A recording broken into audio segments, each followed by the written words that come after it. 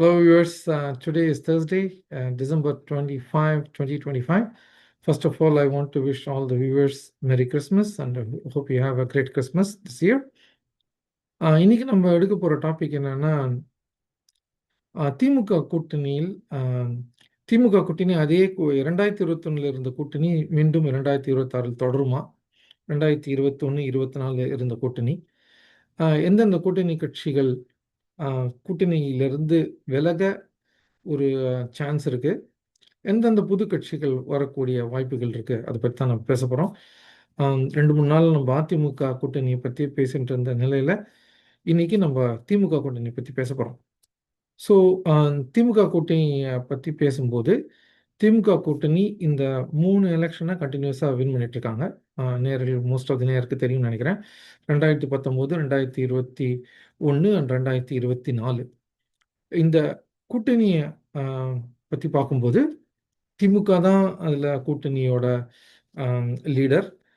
அதை தவிர முக்கியமான கட்சிகள்னு பார்த்தீங்கன்னா காங்கிரஸ் ஒரு கட்சி. இன் டர்ம்ஸ் ஆஃப் எவ்வளோ சீட் ஒதுக்குறாங்கன்றதை பொறுத்து பார்த்தீங்கன்னா 2021 காங்கிரஸுக்கு 25 சீட்டை அலோகேட் பண்ணியிருந்தாங்க. அதை தவிர அதுக்கு பின்னாடி வர பெரிய கட்சிகள் நீங்கள் பார்த்தீங்கன்னா விடுதலை சிறுத்தைகள் கட்சிகளும், சிபிஐ, சிபிஐயும், அப்புறம் மறுமலர்ச்சி திராவிட முன்னேற்ற கழகம், இந்த 4 கட்சிக்கும் 6 சீட் ஒதுக்கியிருந்தாங்க 2021 அசம்பிளி எலெக்ஷனை பொறுத்த வரைக்கும். அதுக்கு அடுத்த மாதிரி நீங்கள் வந்து பார்த்தீங்கன்னா கொங்கு மக்கள் தேசிய கட்சிக்கு 3 சீட்டும், இந்தியன் யூனியன் முஸ்லீம் லீக்கு 3 சீட்டும் கொடுத்தாங்க. அதுக்கப்புறம் நெக்ஸ்ட் லெவலில் நீங்கள் பார்த்தீங்கன்னா மனிதநேய மக்கள் கட்சி, நம்ம ஜவஹர்லால் அவர்களுடைய கட்சிக்கு 2 சீட்டும், அதற்கு பிறகு ஆல் இண்டியா ஃபார்வர்ட் பிளாக் ஒரு சீட்டும், மக்கள் விடுதலை கட்சி நம்ம முருகவேல் ராஜன் அவர்களோட கட்சிக்கு 1 சீட்டும், அப்புறம் நம்ம தமிழ் ஆதி தமிழர் பேரவை நம்ம அதியமான் கட்சிக்கு 1 சீட்டும், வேல்முருகன் அவர்களுக்கு 1 சீட்டும் அலாட் பண்ணிட்டு இருந்தாங்க 2021 பொறுத்த வரைக்கும். இப்போ 2024 கமலஹாசனும் இந்த கூட்டணிக்குள்ளே வந்திருக்காரு. இப்போ அப்படி இருக்கும்போது இன்றைய நிலையில் விஜயின்னு ஒரு பிளேயர் உள்ளே வந்திருக்கும்போது இந்த கூட்டணி கட்சிகள், எக்ஸிஸ்டிங் கூட்டணி கட்சிகள், எந்தெந்த கூட்டணி கட்சிகள் இந்த கூட்டணி விட்டு போகிறதுக்கு வாய்ப்பு இருக்குது அப்படின்றத பார்த்தோம்னா பரவலாக பேசப்பட்டது என்ன, விஜய் கட்சி ஆரம்பித்த உடனே ஒரு 6 மாதத்துலேயே 1 வருஷத்துலேயே எல்லாரும் சொன்ன விஷயம் என்னென்னா காங்கிரஸ் நிச்சயமாக விஜயோட போயிடுவாங்க. ஏன்னா காங்கிரஸ் வந்து விஜயை யூஸ் பண்ணால் அவங்களுக்கு கேரளாலையும் ஒரு அட்வான்டேஜ் இருக்கும். ஏன்னா விஜய்க்கு கேரளாவில் ரசிகர்கள் ஜாஸ்தி, அது உண்மைதான். கேரளாவில் அவர் அவங்களுக்கு உதவுவார்ன்றது மாதிரியும் புதுச்சேரியிலையும் அவர் வந்து உதவக்கூடும் அப்படின்னு ஈவன் போன மாதம் கூட அதை பற்றி பேசிகிட்டு இருந்தாங்க. காங்கிரஸ் திமுகவுக்கு அடுத்த பெரிய கட்சி இந்த கூட்டணியில். காங்கிரஸ் திமுக கூட்டணியில் நீடிக்குமா இல்லையன்றதான் ஒரு கொஸ்டின். என்னுடைய பார்வையில் என்னை பொறுத்தவரை காங்கிரஸ் இந்த கூட்டணி விட்டு போகிறதுக்கு உண்டான வாய்ப்புகள் மிக மிக குறைவு. ஏன்னா 3 எலெக்ஷனும் அவங்க இந்த கூட்டணியில் இருந்திருக்காங்க. அந்த 3 எலெக்ஷன்லேயும் அவங்க வின் பண்ணியிருக்காங்க. 2019 இருக்கலாம், 2021 இருக்கலாம், 2024 இருக்கலாம். குறிப்பாக 2024 40க்கும் 40 தமிழ்நாட்டில் வின் பண்ணது ராகுல் காந்திக்கு ஒரு பெரிய ஒரு அச்சீவ்மெண்ட்டாக கருதப்படுது. அது ஈவன் தோ ஸ்டாலினோட தலைமையில் தான் அந்த கூட்டணி இருந்தாலும் அந்த ஒரு 40 சீட்டுன்றது தமிழ்நாட்டில் 39, புதுச்சேரியில் 1 சீட்டுன்றது காங்கிரஸுக்கு ஒரு மிகப்பெரிய நம்பர். அவங்களுக்கே ஒரு 9 + 1 10 சீட்டு வின் பண்ணியிருக்காங்க. அதனால் 2024 லோக்சபா எலெக்ஷனை வச்சு பார்த்தீங்கன்னா காங்கிரஸ் இந்த நிலையில் திமுக விட்டு விலகிறதுக்கு உண்டான வாய்ப்புகள் மிக குறைவு. ஆனால் சில பத்திரிகையாளர்களும் அரசியல் விமர்சகர்களும் பேசுறது என்னென்னா காங்கிரஸ் இப்போ வந்து கேரளாவில் நிச்சயமாக ஆட்சியை பிடிச்சி ஆகணுன்ற மாதிரி இருக்காங்க. விஜய் இருந்தால் அங்கே டெஃபினட்டாக அவங்களுக்கு யூஸ்ஃபுல்லாக இருக்கும். அதேமாதிரி புதுச்சேரியில் காங்கிரஸ் விஜயோட சேர்ந்தால் அங்கே ஆட்சியை பிடிக்கிறதுக்கு உண்டான வாய்ப்புகள் அதிகரிக்கும்ன்ற மாதிரி பேசுகிறாங்க. என்னை பொறுத்தவரை ராகுல் காந்தி வந்து இந்த எலெக்ஷனில் 2026 எலெக்ஷனில் அந்த ஒரு ரிஸ்க் எடுக்க மாட்டாருன்னு நினைக்கிறேன்.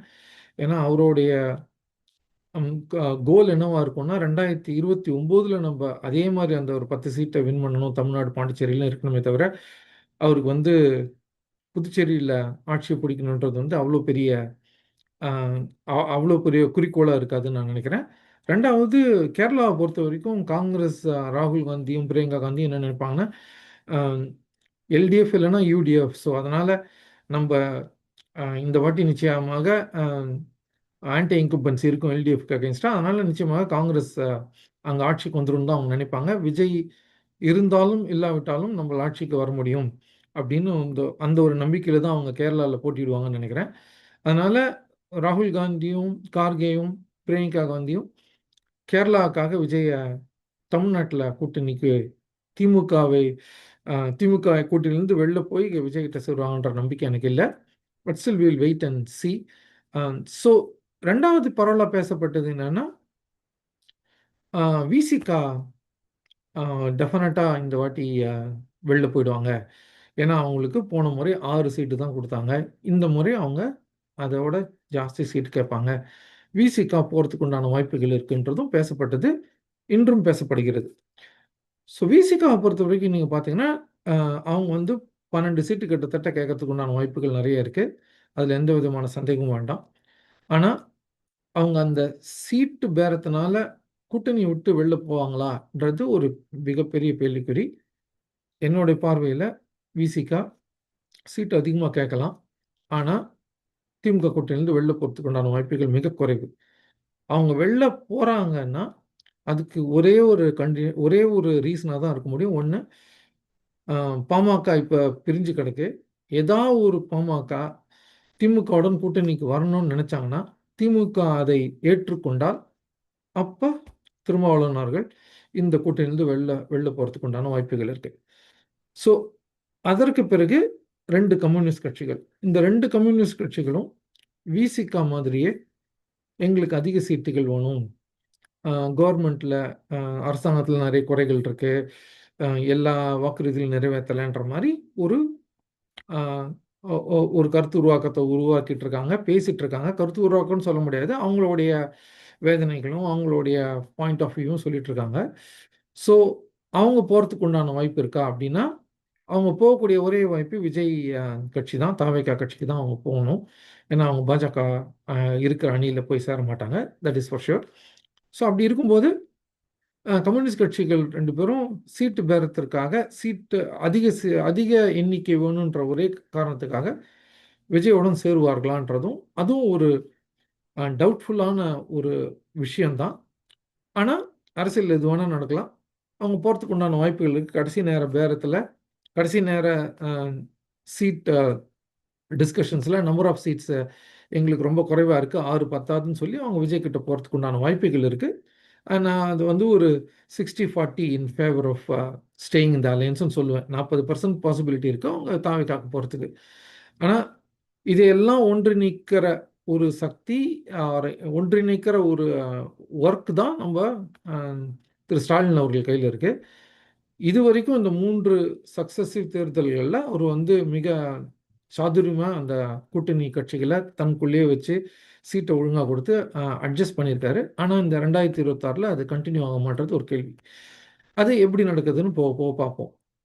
இதை தவிர கமலஹாசன் அவர்கள் உள்ள வந்திருக்காரு 2014ல. அவருக்கு சீட்டு குடுப்பாங்களா? இல்லையான்றது ஒரு கேள்விக்குறி. என்னை பொறுத்தவரை 1 சீட்டோ, 2 சீட்டோ குடுப்பாங்கன்னு தான் நான் நெனைக்கிறேன்.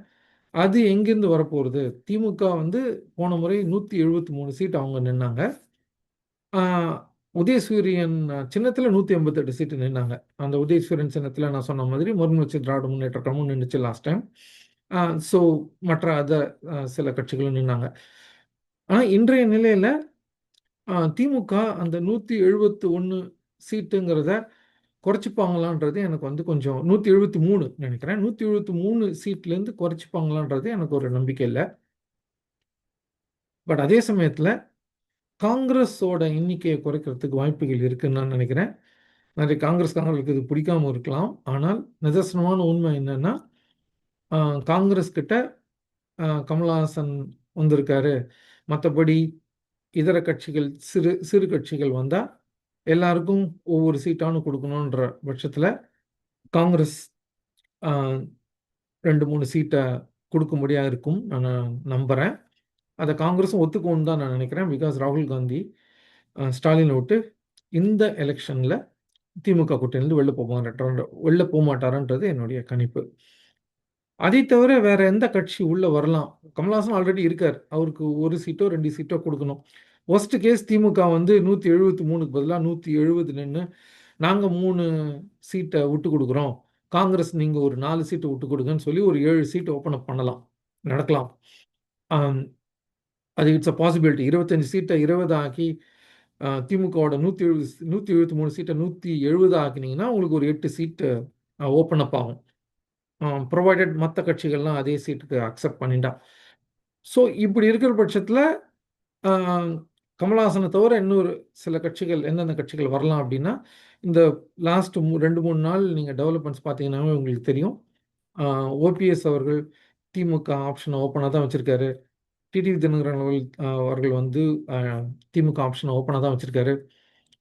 அதை தவிர பிரேமலதா விஜயகாந்த் இன்னைக்கு ப்ரெஸ் மீட்டில் சொல்லும்போது மிகவும் காட்டமாக பேசியிருக்காங்க. இது மாதிரி எங்களுக்கு 6 சீட்டு தானான்னு சொன்னதுக்கு ரொம்ப காட்டமான வார்த்தைகளை பேசியிருக்காங்க. ஸோ அவங்களும் இங்கே வரத்துக்கு வாய்ப்புகள் இருக்கு.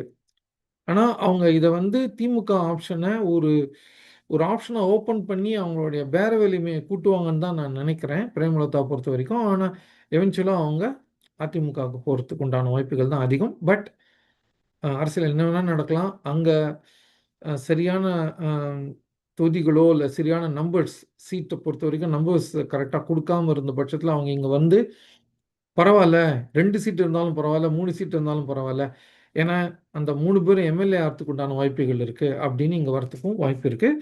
அதை தவிர அவங்க ஒரு ராஜ்யசபா சீட்டு கேட்குறாங்க. ஸோ அதை திமுக கொடுக்க ரெடியாக இருந்தால் அந்த ஒரு ஆப்ஷன் இருக்குது. ஓபிஎஸ் தினகரனை பொறுத்த வரைக்கும் தினகரன் தெளிவாக ஒரு தனி கட்சியை வச்சுருக்காரு. ஸோ அவருக்கு வந்து 2 ஆப்ஷன் ஓப்பன் பண்ணி வச்சுருக்காரு. ஒன்று வந்து திமுக, இன்னொன்று வந்து தாவேகா.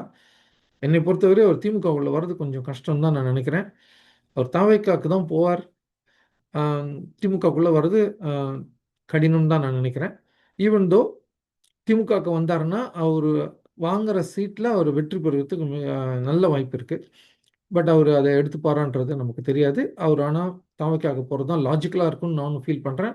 ஏன்னா அங்கே ஒரு 15-20 சீட் ரொம்ப ஈஸியாக அவரால் வாங்க முடியும். திமுகவில் 15-20 சீட் கொடுக்க மாட்டாங்கன்றது மிக நிச்சயம். அடுத்தாப்புல நீங்கள் பார்த்தீங்கன்னா பன்னீர்செல்வம் வந்து அகில இந்திய அண்ணா திமுக மீட்பு குழுன்றத கழகமாக மாற்றினாரே தவிர இது வரைக்கும் அவர் வந்து பார்ட்டியை ரிஜிஸ்டர் பண்ண மாதிரி எனக்கு தெரியல. பார்ட்டியை ரிஜிஸ்டர் பண்ணாலும் அவர் வந்து திமுக ஆப்ஷனை ஓப்பன் பண்ணி தாவேகா கிட்ட பேசலாம். ஆனால் ஓபிஎஸ்ஸை பொறுத்த வரைக்கும் என்றைக்குமே அவர் வந்து பாஜக கிட்ட ரொம்ப நெருக்கமாக இருக்கிறவர். அவருக்கு பாஜக இந்த நிலைமை அவரை தள்ளிட்டாங்கன்றது தான் வருத்தமாக இருக்கே தவிர, அவங்க பாஜக திருப்பி அவரை கூப்பிட்டாங்கன்னா நிச்சயமாக அவர் திருப்பி பாஜக கூட்டணிக்குள்ளே போவார். அதில் எந்த விதமான சந்தேகமும் வேண்டாம். அவர் ஜெயலலிதா அவர்கள் மறைந்த பிறகுலேருந்து அவர் மோரல்லஸ் ஒரு பாஜக ஆதரவாளராகவே ஆயிட்டார். அதனால் அவரை கடைசி நிமிஷம் வரைக்கும் நம்ம வந்து நம்ப முடியாதுன்னு தான் நான் ஃபீல் பண்ணுறேன். அவர் தாவேகா ஆப்ஷன் ஓப்பன் பண்ணுவார், திமுக ஆப்ஷனையும் ஓப்பன் பண்ணுவார். ஆனால் கடைசியில் பாஜக வந்து கூப்பிட்டாங்கன்னா அங்கே போயிடுவார்னு நினைக்கிறேன். ஸோ மொத்தத்தில் நீங்கள் கூட்டு கழிச்சு பார்த்தீங்கன்னா புது கட்சிகள், இதர கட்சிகள், இந்த டிடிவி தினகரனோட அமமுகவோ இல்லை ஓபிஎஸோட அணியோ இல்லை பிரேமலதா விஜயகாந்தோ திமுக கூட்டணிக்குள்ளே வர்றது கடினம் என்னுடைய பார்வையில். அரசியல் எதுவானா ஆகலாம். அந்த ஒரு கூட்டணி பேச்சுவார்த்தை நடத்தும்போது நம்பர் ஆஃப் சீட்ஸ் டிஸ்கஷன்ஸில் அது தப்பாக போனால் அதுக்குண்டான வாய்ப்புகள் இருக்குது. அதிமுக பாஜக கூட்டணியில் தப்பாக போனால் இங்கே வரத்துக்கு வாய்ப்புகள் இருக்குது. இன்னொன்று பாமக பற்றி பேசும்போது நான் சொன்னேன், இந்த ரெண்டு அணியாக பிரிஞ்சிருக்கு. ஒன்று அன்புமணி ராமதாஸோட பாமக மாதிரியும், இன்னொன்று வந்து டாக்டர் ராமதாஸ் அவர்களோட பாமக மாதிரியும். அன்புமணி ராமதாஸ் அவர்கள்ட்ட தான் பார்ட்டி இன்ஃப்ராஸ்ட்ரக்சர் எல்லாம் அவர்கிட்ட தான் இருக்குது. எப்படி நம்ம அதிமுக வந்து எடப்பாடி பழனிசாமி கையில் தான் இருக்குன்ற மாதிரி பாமகவும் அன்புமணி ராமதாஸ் கிட்ட தான் இருக்குது. அது உண்மை. அதை வந்து நம்ம மறைச்சு பேச வேண்டிய அவசியம் நம்மக்கிட்ட இல்லை. ஸோ டாக்டர் ராமதாஸ் என்ன பண்ண போகிறாருன்றதான் கொஸ்டின். ஜனவரி பிப்ரவரியில் 2 பேரும் இணைவாங்களா, இல்லை தனித்தனியாக போட்டிடுவாங்களா, அந்த சிம்பிள் ஃப்ரீஸ் ஆகுமா ஆகாதா, அதெல்லாம் ஒரு கேள்விக்குறி இருக்குது. டாக்டர் ராமதாஸும் எவென்ச்சுவலா திமுக கூட்டணிக்குள்ள வந்தாருன்னா, கொஞ்சம் திமுக கூட்டணிக்குள்ள சலசலப்பு தான் இருக்குமே தவிர, அது ஒரு பெரிய தாக்கத்த ஏற்படுத்தாது. ஏன்னா, விசிக அதுக்கு ஒத்துப்பாங்களான்னு எனக்கு இன்னும் தெரியல. ஸோ, அதனால இன்றைய நிலையில திமுக கூட்டணி மோர் ஆர் லெஸ் முந்தி இருந்த அதே கூட்டணி கட்சிகளோட தான் போவாங்கன்னு நினைக்கிறேன். 2021 2021 சட்டமன்ற தேர்தல்ல இருந்த கூட்டணி. அதை தவிர கமலஹாசன் ஆல்ரெடி உள்ள இருக்காரு. அதை தவிர 1, 2 சிறிய கட்சிகள். இப்ப கருணாஸ் வரேன்னு சொன்னாருன்னா அது, தமிமுன் அன்சாரி வந்தாருன்னா அவரு. அந்த மாரி சில கட்சிகள், தனியரசு, அந்த மாரி ஒரு சிங்கிள் பெர்சன் பார்ட்டி மாரி ஆளுங்க வரத்துக்கு வாய்ப்பு இருக்கே தவிர, மத்தபடி ஒரு மிகப்பெரிய மாற்றம் இந்த கூட்டணியில இருக்குன்னு எனக்கு தோணல. அதுதான் நடக்கும்னு நான் நினைக்கிறேன். பட் இன்னொரு 30, 45 நாள்ல நமக்கெல்லாம் தெரிய வரும். ஸோ திமுக கூட்டணி பொறுத்தவரைக்கும் என்னை பொறுத்தவரை திமுக கூட்டணி இன்னும் அதே ஸ்ட்ரென்த்தோட தான் இருக்கு. ஸ்ட்ரென்த்துன்னு நான் சொல்றது நம்பர் ஆஃப் அலையன்ஸ் பார்ட்டிஸ். எந்த கட்சிகள் அவங்களோட இருந்தாங்களோ, அந்த கட்சிகள் அப்படியே கன்டின்யூ பண்ணுவாங்கன்னு நினைக்கிறேன். வெற்றி தொடரும் வரை இந்த வெற்றி கூட்டணி தொடரும்னு தான் நான் நினைக்கிறேன். So that's it for me today. I will come back to you with another program tomorrow. Till then, take care. Bye.